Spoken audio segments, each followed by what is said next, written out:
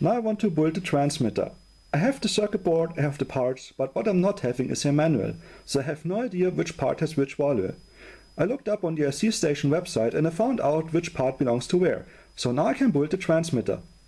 But before I do that, I will give you some beginner's information. Of course, experienced electricians can skip that, but beginners will eventually watch it. If you want to build a kit, and you don't know how the parts belong to the kit, I will give you some information. I'll start with the resistors.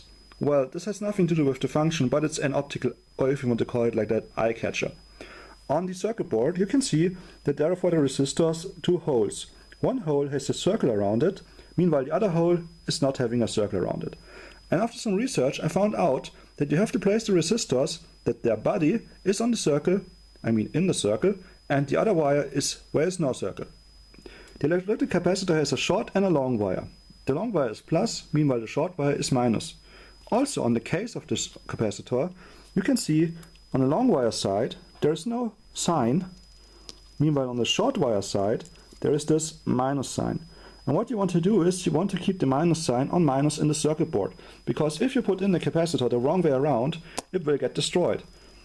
So if we have a look at our circuit board, you can see that there are some lines. These lines match up with the capacitor's minus. That means if you want to mount it, the long wire goes down there and the short wire goes where the lines are. So you would mount it like this. The next part we want to mount is the LED. The LED lights up if the transmitter is on and tells us that the transmitter is on, and it's not light up if the transmitter is turned off.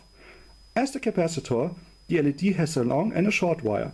The long wire is plus, meanwhile the short wire is minus. And if we have a look at the circuit board, they write you down plus and minus on a circuit board. So you want to mount it like the long wire goes to plus and the short wire goes to minus. Now let's install the transistors. As you can see, a transistor has a flat side, which is showing to me, and a round side, which is showing away from me. On the flat side you can also read the letters and numbers to tell you which transistor you are having. On the circuit board, on the silk screen, you can see that they also have, you can see it better here, they also have a flat side and a round side. So it's obvious that the transistor is mounted like the flat side shows to the flat side, meanwhile the round side shows to the round side. So this would be how the transistor would be mounted on a circuit board. Lucky-wise, all transistors here are showing in the same direction, so you can mount them all in the same direction. And it's very easy and you will have good luck that the transmitter is going to work. Okay, the next thing that I want to show you is this microphone. So there is a microphone that you can either transmit speech or music. On a microphone, if you have a closer look, you can see, well, you can't really see it that good on camera because I can barely see it with my eye on that light. But on the microphone, I attempt to show it to you. You can see that one of the pins, which is this one, has a slight circle around it and is isolated. So this pin here is ground and the other pin is output and voltage. And on the mic, on the circuit board, you have to look which part of the circuit board belongs to ground and which one goes to a resistor / capacitor. And this is the way how you mount the microphone. Okay, I hope I could help you a little bit if you are a beginner and teach you a little bit how to install components on a circuit board like this.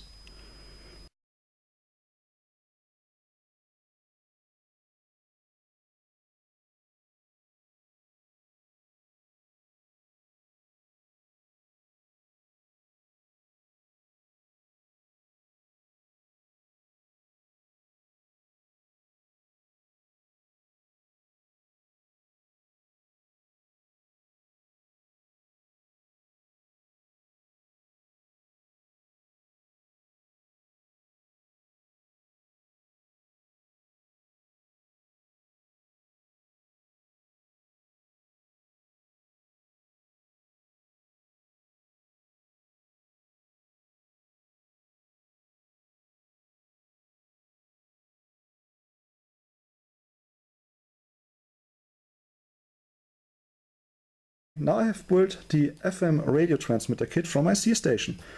One thing that annoys me is that I made a mistake, because the capacitor below the electrolytic capacitor, I built it in too late. I heard something falling down when I was building the kit, but I didn't care about it. I think it was some solder ball, if you want to call it like that, from the solder iron, I don't know. And then I found out later that it's a capacitor that is missing. Still there is a capacitor missing, which is C10, but on the side it's also missing. So this seems to be so far all right. Okay, The circuit board is very well made, it takes on the solder very good, and even if you are a beginner and aren't that skilled in soldering, it will help you with some chemistry, if you want to call it like that. I don't know the exact description for that in English, but it will help you that you don't make a short circuit too easy. Anyway, there are 4 mounting holes on the board, so you can plug it into a case and screw it on the case, and there is a 5th hole where you can feed through or lay through the antenna wire, so you are very flexible when building it into a case. There are 2 coils, and it's very obvious which belongs to where. A cool thing about this transmitter kit is that they have added a low-pass filter, which is kind of luxury. Because on a normal transmitter you won't really have low-pass filters. On these cheap transmitters they just have a 1 transistor oscillator and the antenna connected to it. But what most people don't know is that these transmitters then interfere with other stations. They will generate a signal. For example, if you tune a transmitter to 100 MHz, it will generate a signal of 200, 300, 400, blah blah blah blah blah, 1000, even more than 1000, and it will interfere with other stations, because obviously on these frequencies there are other stations transmitting as well, and this can very fast give you some trouble.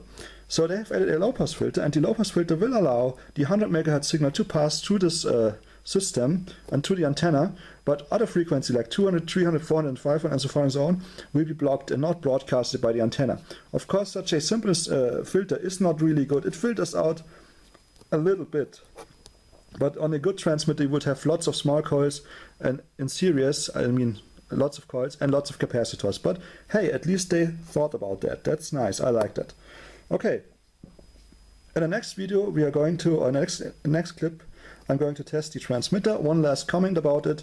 What I would have really liked is if they have added a plastic trimmer, so I can trim this tuning coil, because you can't really trim it with a screwdriver, and also these cores, these ferrite cores, they break really easy and then it's stuck and you can't really align the frequency anymore. So yeah, but I mean, this kit is really cheap, and for what it is, hey, it's not bad. Okay, so now let's test the transmitter. I've hooked it up to a solar panel which supplies 3 volts at 200 milliamps, which should definitely be enough. And unlike many other testers, I have connected a RCA connector here. I think it's RCA. Anyway, because if you do these tests and search the station on the radio, you will get a very loud feedback from the microphone and the radio, and nah, I don't want it.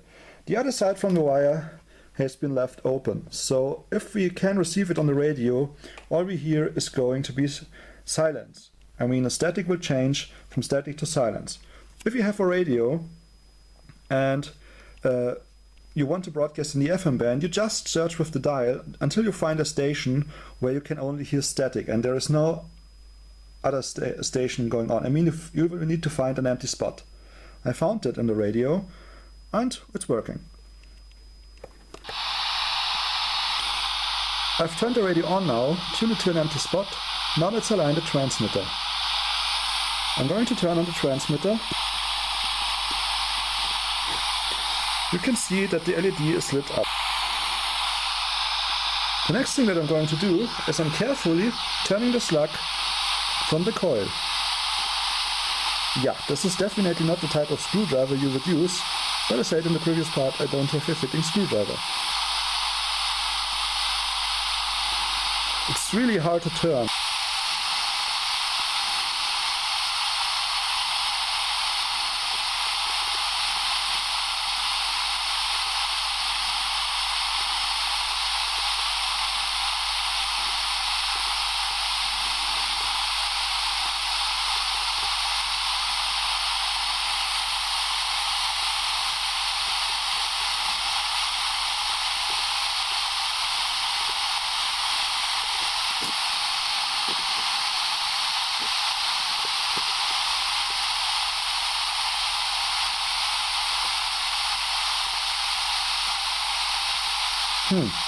Is it working?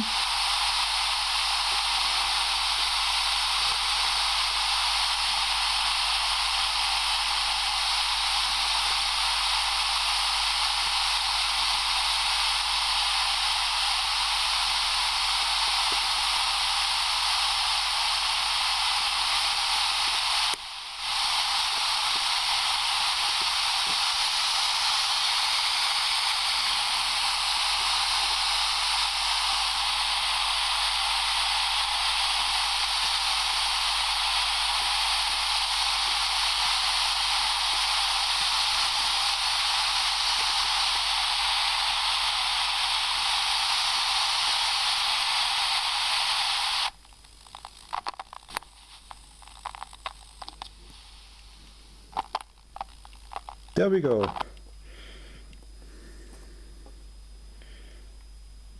So as you can see, the static disappeared. Now if I turn off the transmitter, static is there. If I turn on the transmitter, static is gone. So now the transmitter is broadcasting in the FM radio band.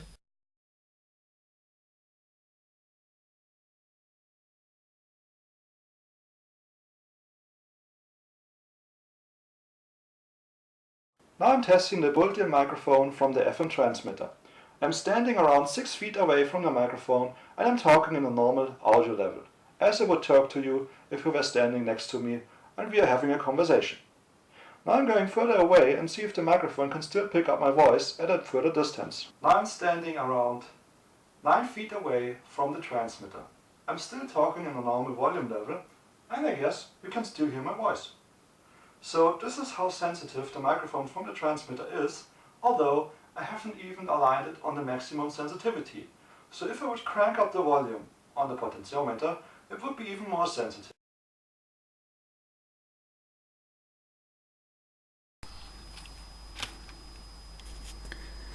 Now I want to broadcast music with my transmitter. All I've done is I've connected it to the headphone jack from the laptop. And I have this channel here which plays non-copyright music.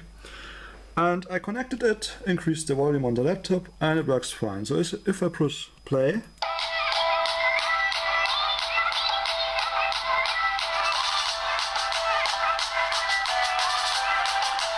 so if I turn off the transmitter, you can see that it's actually the transmitter broadcasting this.